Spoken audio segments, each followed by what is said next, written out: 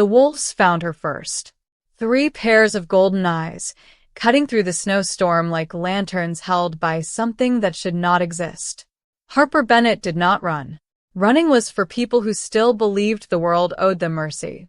She had stopped believing that the night they burned her mentor's library and called her a traitor for refusing to hand over a piece of paper. A piece of paper that was about to get a king killed in her doorway. She heard him before she saw him. A body dragging itself through 3 feet of snow, breath rattling like a door coming off its hinges. He collapsed against her porch step, blood freezing black against his throat, and when he lifted his face to her, frost clinging to his lashes, he said the only sentence that mattered. "I'm sick. I can't walk. Can I stay just one night?" She should have said no. Every instinct she owned screamed at her to bar the door and let the wolves decide his fate. Instead, she pulled him inside. She did not know his name was Logan Blackthorne. She did not know he set the throne of the entire wolf kingdom.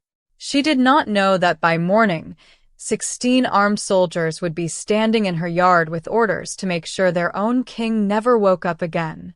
All she knew was that the moment her hand touched his, frozen, broken, alive, something inside her cracked open that had been sealed shut for 3 long years. By the time the sun rose, Harper Bennett would no longer be a woman hiding from her past. She would be the last thing standing between a king and his own murder. Stay with me. This story does not slow down. Chapter 1. The Man Who Wasn't Supposed to Survive. The storm had teeth that night, and Harper Bennett had learned a long time ago not to argue with anything that had teeth. She'd been awake since midnight, feeding the iron stove in the observatory's main room, listening to wind claw at the shutters like it wanted in personally. 3 years on this mountain had taught her the difference between an ordinary blizzard and one that meant something. This one meant something. She just didn't know what yet. The observatory had belonged to her mentor, Elias Thorne, a cartographer who'd spent 4 decades mapping mountain ranges most people in the lowland courts didn't believe existed. He'd taken Harper in when she was 19, taught her to read longitude like scripture, and left her exactly one inheritance when the soldiers came for him. A locked chest of maps the crown had declared forbidden, and a single sentence whispered through a cracked door before they dragged him away. Don't let them have it, Harper. Not for any reason. Not even to save your own life. She hadn't understood the warning then. She understood it a little more every winter that passed, every time she caught a shadow moving wrong in the treeline, every time the wolves came closer to the cabin than wolves should. Tonight, the wolves were closer than they'd ever been. She heard them before she heard him. 3 low, rolling growls cutting through the wind, and beneath that, something that didn't belong to any wolf. A sound like a man trying to remember how his own lungs worked. Harper grabbed the iron poker from beside the stove, more out of habit than hope it would do anything against a pack of mountain wolves, and went to the window. What she saw stopped her cold. A man was crawling through the snow on his hands and knees, not 10 feet from her porch, with 3 wolves stalking him in a slow, patient circle, the kind of patience that meant they weren't hungry yet. They were waiting, watching him fail. He was dressed like no traveler she'd ever seen past this mountain. Dark leather and fur-lined shoulders, the kind of craftsmanship that didn't come from any village loom within 300 miles. Blood had frozen into a black ribbon down the side of his face. His dark hair was plastered to his skull with melted snow and sweat, and even collapsing, even dying, there was something in the set of his jaw that refused to look like a man asking for mercy. He looked up, found her face in the window, and in a voice that sounded like it had been dragged over gravel, he said the words that would end the only peace Harper Bennett had built for herself in 3 years. "I'm sick. I can't walk. Can I stay just one night?" She should have said no. She had 100 good reasons to say no. She had buried reasons, frozen over reasons, reasons with her mentor's name on them. A stranger on her porch was a stranger, who could be anything, a spy, a soldier in disguise, bait for whoever was still hunting Elias Thorne's forbidden maps 3 years after his death. But the wolves took one step closer to him, and something in Harper's chest moved faster than her good sense could catch up to. She threw the door open.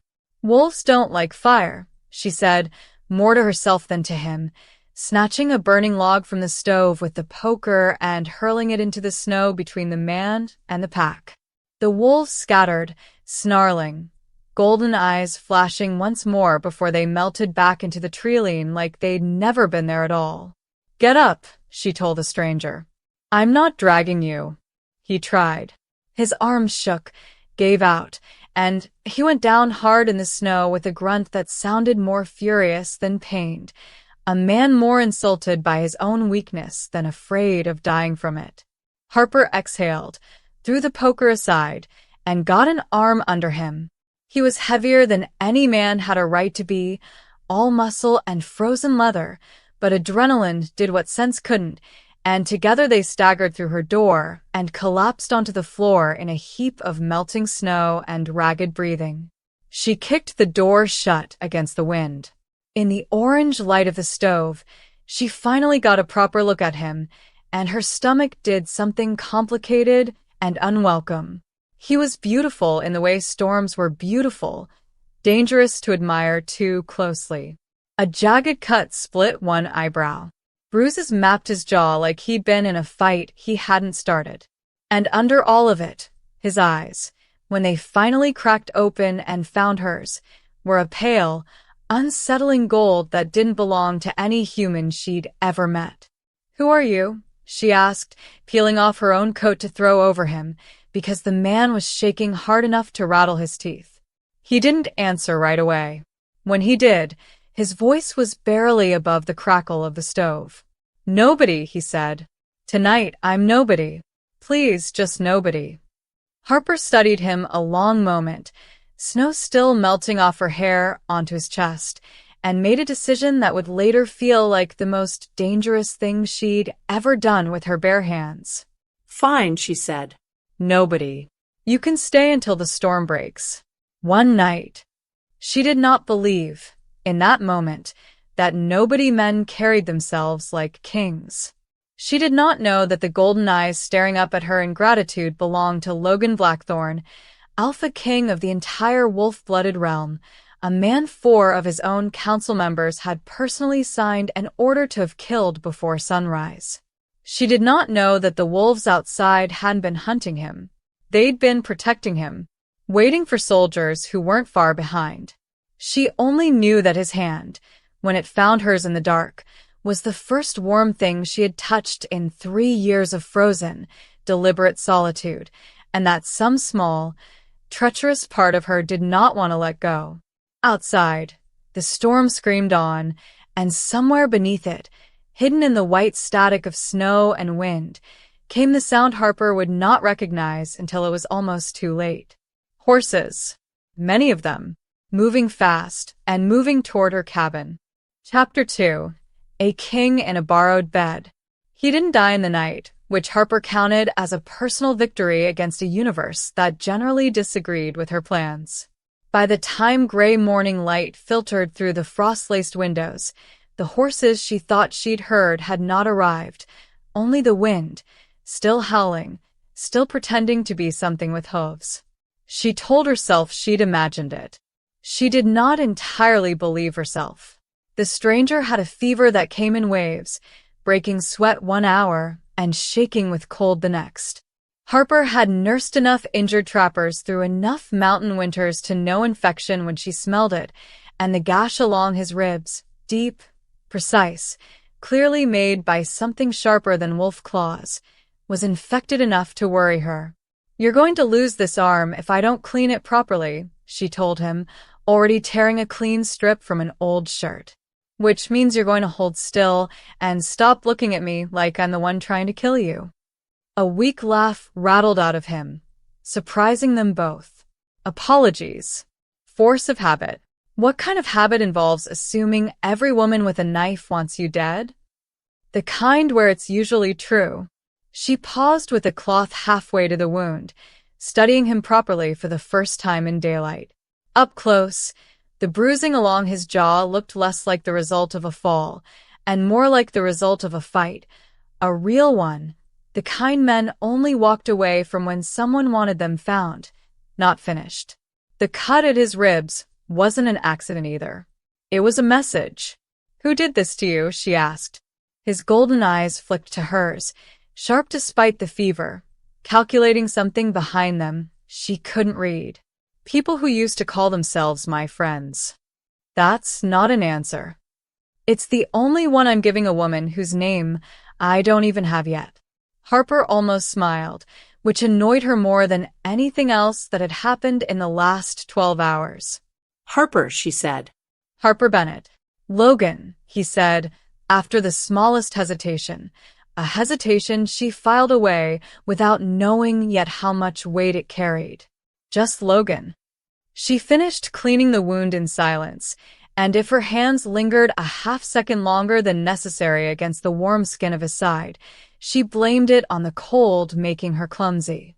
He watched her work with an intensity that had nothing to do with pain, and when she finally tied off the last bandage, he caught her wrist, gently, deliberately, the way a man catches something he's afraid of breaking.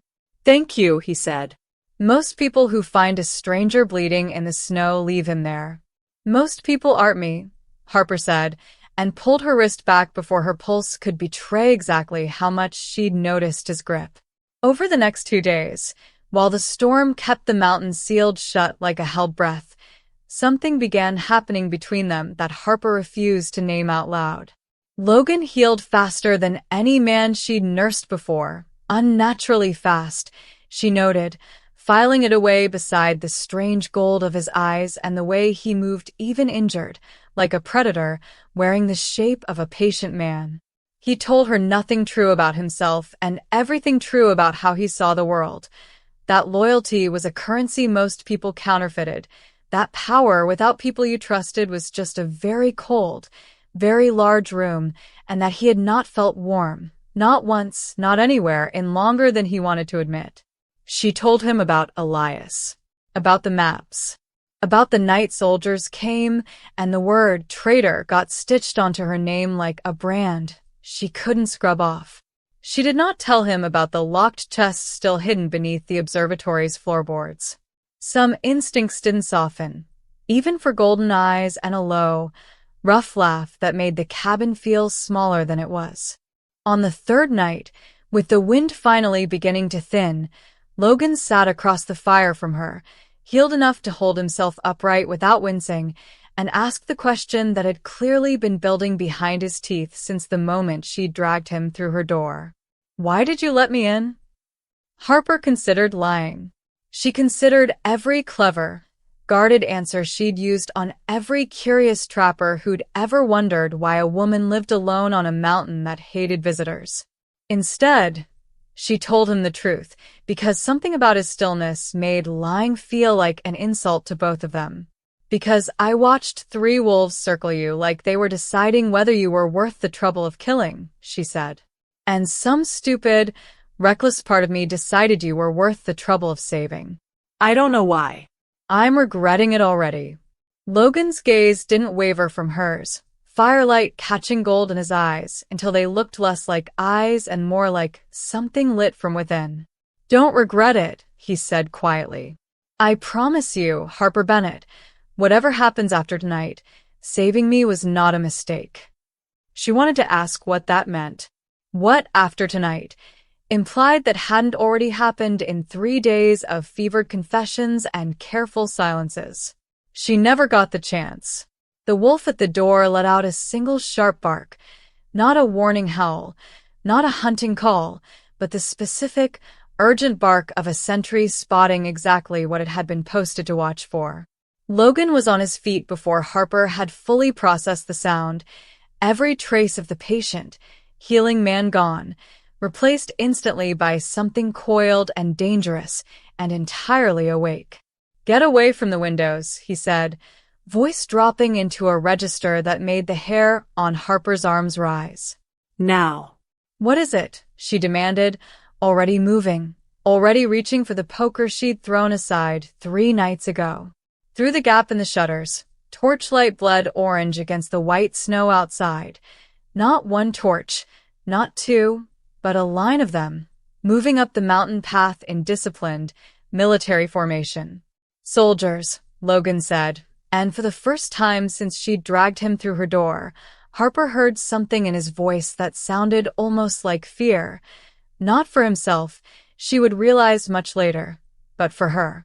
Soldiers looking for who? She asked, though some cold, sinking part of her already suspected the answer wasn't going to be the wolves. Logan turned to face her fully, golden eyes steady despite the torches multiplying outside the window, and finally, 3 days too late, in Harper's opinion, gave her the truth. "My name isn't just Logan," he said. "It's Logan Blackthorne. I'm the Alpha King of this entire realm. And those soldiers down there were sent by my own court to make absolutely certain I never leave this mountain alive." Chapter 3, 16 Soldiers, 1 Order. "You're the king," Harper repeated, in the flat, disbelieving tone of a woman who had spent 3 days bandaging a man's ribs and arguing with him about whether wetwood could properly catch fire. "The Alpha King. Of the entire realm." "Yes. The same king whose portraits used to hang in the village square before I stopped going down there. Probably worse-looking portraits than the real thing, but yes. I dressed your wounds with my late mentor's torn shirts. And I am deeply grateful, and we genuinely do not have time for this conversation right now." Outside, the torches had stopped advancing in a line and started spreading into a wide, deliberate circle around the observatory, the unmistakable shape of men who intended to surround a building, not knock politely on its door. Harper counted at least 16 distinct points of torchlight before her stomach told her to stop counting and start moving. "Why would your own court want you dead?" she demanded, dragging the heaviest trunk in the room in front of the door out of sheer reflexive instinct, though both of them already knew a piece of furniture wasn't stopping 16 trained soldiers. Logan was already at the back window, peering through the frost-edged glass at the treeline beyond, his expression unreadable in the way she now understood meant he was calculating something he didn't like the shape of. 3 years ago, he said, I started asking questions about a kingdom buried beneath the northern mountains. A kingdom that existed before mine. My advisors told me it was a myth, a story old wolves told pups to keep them afraid of the dark. And you didn't believe them. I found records that said otherwise. Old census documents. Tax ledgers from a court that predates my bloodline by 200 years. A court my own ancestors apparently dismantled to build the throne I'm sitting on now. His jaw tightened. My council didn't want that question answered. They've spent the last year making sure I never get close enough to answer it. Tonight, they stopped being subtle about it. Harper's hand went still on the trunk. Old maps. A buried kingdom. A king's bloodline built on top of something it had deliberately erased. She thought of Elias, locked behind a cracked door, whispering don't let them have it, not even to save your own life, and felt the floor of her understanding shift sideways in a way that had nothing to do with the storm. What does the buried kingdom have to do with maps? She asked carefully. Logan turned from the window, and whatever he saw on her face made his expression sharpen into something far more alert than fever weakness had allowed in 3 days. Everything, he said. There's exactly one surviving map that shows where the entrance to the old kingdom is hidden. My council burned every copy they could find 15 years ago. They believed the last one died with the cartographer who drew it. The silence that followed had weight.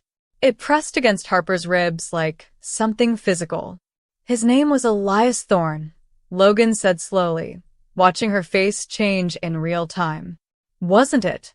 She didn't answer. She didn't need to.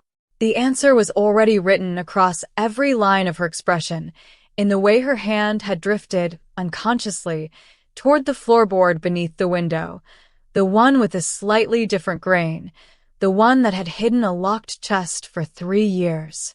A fist hit the door hard enough to rattle the trunk against it. Logan Blackthorne.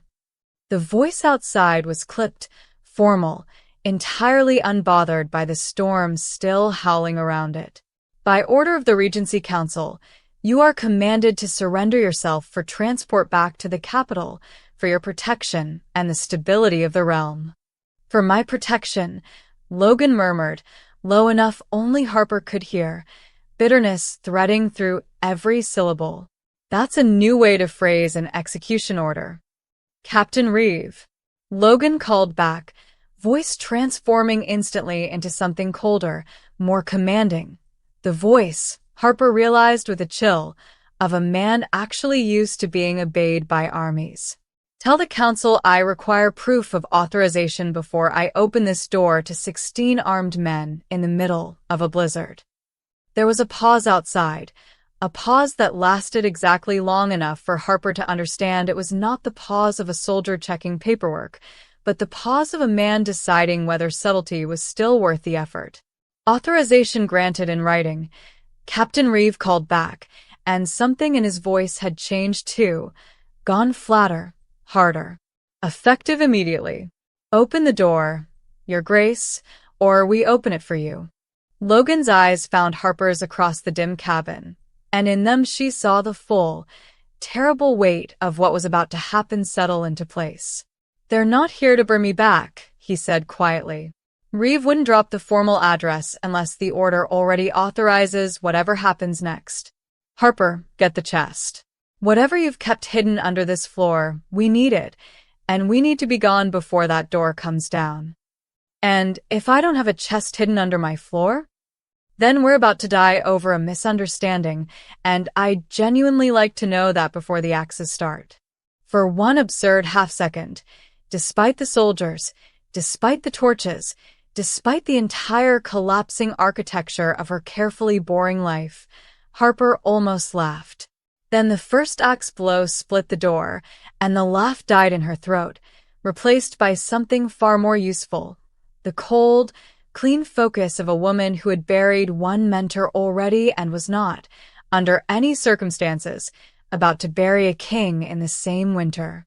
She dropped to her knees beside the loose floorboard, fingers finding the worn groove she'd touched 1,000 sleepless nights without ever opening it, and for the first time in 3 years, lifted the board that hid Elias Thorne's final secret.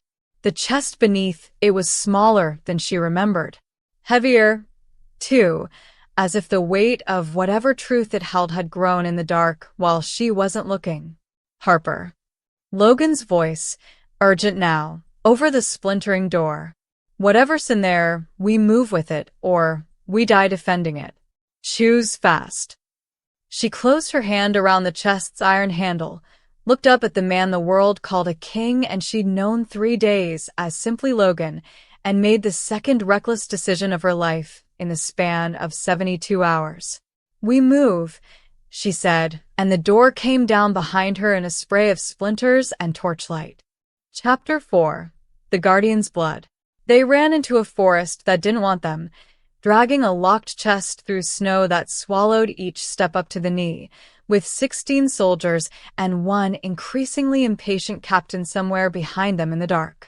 It was, Harper thought grimly, possibly the worst night of her life, and her life had recently included finding a half-dead king on her porch, so the bar had been set extraordinarily high.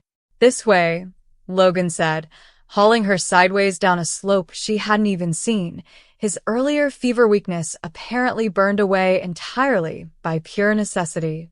There's a ravine 1/2 mile east. If we reach it before they reach us, the horses can't follow. And if we don't reach it first, then I find out exactly how loyal 3 particular wolves are to a king who hasn't fed them in days. She didn't have time to ask what that meant. Behind them, a horn sounded, sharp, 3 blasts, the unmistakable signal of soldiers who had located their quarry's trail. Logan's expression didn't change, but his pace did, doubling in a way that left Harper fighting to keep up despite the dead weight of the chest banging against her hip with every stride. They reached the ravine with the horn sounding again, closer now, close enough that Harper could hear individual voices shouting commands over the wind. Logan didn't slow at the edge. He grabbed her hand, locked his fingers through hers with a grip that left no room for hesitation, and together they half slid, half fell down the steep embankment in a controlled avalanche of snow and momentum, landing hard at the bottom in a frozen creek bed that the soldiers' horses would never manage to cross. For one suspended moment, gasping in the sudden quiet at the bottom of the ravine, neither of them let go of the other's hand. "You could have told me you were a king before the soldiers showed up," Harper said, breath fogging hard between them. "Would it have changed your answer when I asked to stay the night?" She thought about it honestly, which surprised her. "No," she admitted, "but I would have at least known to be more nervous." Something that might have been a laugh, rough and startled out of him, broke the tension of his jaw. "For what it's worth," he said, quieter now, "I have never once, in 3 days, regretted you being nervous of the wrong things." They didn't have the luxury of lingering on whatever was building in the space between them. They moved east along the creek bed until the horn sounds faded into the storm behind them, and only then, in the relative shelter of an overhanging rock face, did Harper finally set the chest down and force her shaking hands to work the lock Elias had taught her to pick a lifetime ago. The map inside was old, older than she'd expected, its parchment gone soft and brown at the folds, ink faded to the color of dried blood in places. But the lines were still legible, a sprawling network of tunnels beneath the northern mountains, marked in Elias's own careful, slanting hand, leading to a chamber labeled in old script Harper had to squint to translate. "The Hall of the First Keepers," she read aloud. Logan went very still beside her. "That's the throne room," he said, "of the kingdom my ancestors buried." But it wasn't the map itself that made Harper's blood run cold. It was the second piece of parchment folded inside it, a genealogy chart, names branching across generations in Elias's same careful hand, ending not in some forgotten royal line, but in a name she recognized instantly, because it was written on every legal document she'd ever signed in her life. "Harper Bennett." "That's not possible," she whispered, tracing the line upward, generation by generation, watching her own name connect through a chain of unfamiliar names directly back to a title written in old script at the very top of the page. "Guardian born. First Keeper's blood."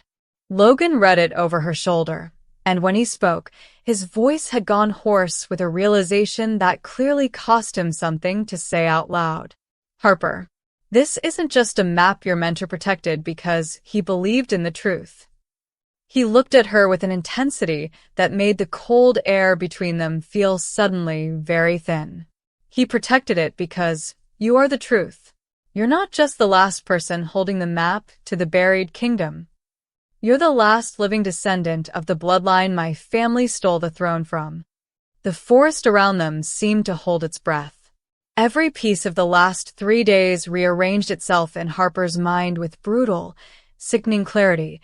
Elias's warning through a cracked door, the soldiers who'd come for him and called her a traitor for refusing to surrender a collection of forbidden maps that had never been about maps at all, the council's desperate need to keep one wounded, questioning King very far away from one isolated mountain observatory. They hadn't sent soldiers to kill Logan because he was asking dangerous questions. They'd sent soldiers because Logan, wounded and dying, had crawled directly toward the one person on the entire mountain who could answer every single one of them. "They knew," Harper said slowly, the horror of it unfolding word by word. "Whoever attacked you before you reached my cabin, they didn't just want you dead. They wanted you dead before you ever found me." "And now," Logan said quietly, golden eyes holding hers with a weight that had stopped being about thrones or maps or bloodlines several sentences ago, "they want us both dead before either of us can prove what that map already does." A wolf's howl cut through the night behind them. Not distant this time, not patient. "Close. Urgent." The specific, rising cadence of a sentry calling its pack to converge. Logan's head snapped toward the sound, every line of his body shifting back into the coiled readiness Harper had first seen the night the torches surrounded her cabin. "That's not Reeves' men," he said grimly, already pulling her to her feet, already scanning the tree-line with an expression that told her whatever was coming was worse than soldiers. "That's my own guard, which means someone in my own court just figured out exactly where we ran, and sent the one thing in this forest that can actually track a king's scent through a blizzard." Harper closed the chest, locked her fingers through his without needing to be asked this time, and ran. Chapter 5. The Throne That Lied. They didn't outrun the wolves. They never could have. Logan understood that before Harper did, which was why, half a mile from the ravine, he stopped running entirely and turned to face the three shapes closing through the trees with golden eyes that mirrored his own. "Logan, what are you doing?" "Trust me," he said, and there was something in his voice steady enough that, against every survival instinct Harper had spent 3 years sharpening, she did. He didn't draw a weapon. He dropped to one knee in the snow, bared his throat to the approaching wolves in a gesture so deliberately vulnerable that Harper's heart climbed into her mouth, and spoke a single low word in a language she didn't recognize. The lead wolf stopped 3 feet from him, studied him, and then, astonishingly, lowered its head, not in attack, but in something that looked unmistakably like recognition. "They're not hunting us," Logan said, rising slowly, relief threading visibly through his shoulders. "They're his. Captain Reeves' personal guard wolves, which means Reeve himself isn't far. And it means somebody recalled them before they reached us." "Somebody on our side?" "There is no our side inside that court anymore. Just people who haven't decided yet whose side they're on." He looked down at the lead wolf, who was now circling Harper with open curiosity rather than menace, and something shifted in his expression, calculation giving way, slowly, to a plan. "There's one place in this entire kingdom where the council's authority means nothing. The buried kingdom itself. If we reach the hall of the first keepers before Reeves' men regroup, and Harper stands in that chamber as the bloodline the map names her, every guard, every soldier in this realm who's sworn an oath older than my council's lies will have to choose between obeying an order to kill their king, or obeying an oath to protect the line that built this kingdom's very first throne. You want to put me on display in a secret chamber and hope an army remembers an oath. I want to put the truth somewhere it cannot be quietly buried a second time," Logan said. And yes, "I am betting both our lives that wolves remember their oldest oaths better than men remember their newest lies." It took them through the night and into a gray, exhausted dawn to find the entrance the map promised, a crack in the mountain face disguised as nothing more than a shadow, until Harper pressed her palm flat against a particular stone and felt it shift beneath her fingers like it had been waiting 300 years specifically for her hand. The tunnel beyond breathed cold, ancient air, and the chamber at its end, when they finally reached it, stole the breath clean out of both their lungs. The hall of the first keepers had not crumbled with time. It had been built to outlast it. Towering stone columns carved with wolves in postures Harper recognized instantly from the genealogy chart, a vaulted ceiling lost in shadow, and at the chamber's center, a throne carved from black stone that had clearly never been touched by a single living soul in generations. Until Captain Reeves' torchlight spilled through the tunnel entrance behind them, followed by the heavy, deliberate footsteps of 16 soldiers who had finally caught up. "Your Grace." Reeves' voice echoed strangely off the ancient stone, formal and cold. "The council's order stands. Step away from the woman." "Tell me something first, Captain." Logan didn't move, didn't reach for any weapon, simply stood his ground in front of the ancient throne with a calm that made Harper's pulse hammer harder than any drawn sword could have. "Did the council tell you why I needed to die quietly in a mountain cabin, instead of openly, in my own court?" Reeves' jaw tightened. He said nothing, which was, Harper realized, itself an answer. "They didn't tell you. Logan continued, because the answer is standing right behind me. This woman is the last living descendant of the first keepers. The bloodline my own ancestors erased to build the throne your council is currently murdering its own king to protect. Look at the columns around you, Captain. Look at the wolves carved into the stone. Then look at her, and tell me your oldest oath was ever sworn to a council. Or to a bloodline. The silence that followed stretched long enough that Harper could hear her own heartbeat over the wind howling somewhere far above the buried chamber. 16 soldiers stood frozen between two truths, the order in their hands, and the carved stone wolves staring down at them from a ceiling that had clearly judged kings long before any council existed to issue death warrants. It was Reeve who finally moved, not toward Logan, but toward the throne itself, dropping to one knee before the black stone in a gesture so old it looked rehearsed by generations rather than one man, and pressing his fist to his heart. The first keeper's line, he said, voice rough with something that sounded almost like relief at finally being allowed to choose correctly. Forgive us, Lady Bennett. We did not know. One by one, 16 soldiers who had marched up a mountain to execute their king knelt instead in a buried throne room neither side had known existed a week ago, and Harper Bennett, traitor, hermit, cartographer's apprentice, stood at the center of an oath 300 years older than the lie that had tried to erase her family twice. Logan crossed the space between them, took her hand in front of an entire kneeling guard, and for the first time since the night he'd collapsed in her doorway, smiled like a man who had finally stopped running. Welcome home, Harper, he said quietly, just for her. I told you saving me wasn't a mistake. You're insufferable, she whispered back, smiling despite herself, despite the cold, despite everything. I'm keeping the chest, by the way. It's mine now. So is the throne room. So, apparently are you. Apparently, Logan agreed. You are. Behind them, the carved stone wolves watched in silence as a king and the last guardian of a buried kingdom turned to face 16 kneeling soldiers, and somewhere far above the mountain, the storm that had started this entire impossible story finally, quietly, broke. The council fell within a season, not by force but by truth. The genealogy chart, and the buried hall enough to turn loyal guards into witnesses, and witnesses into a reckoning no closed-door order could survive. Logan didn't burn his kingdom down to rebuild it. He simply opened its oldest doors and let the first keeper's bloodline finally walk back through them, standing beside the throne rather than beneath it.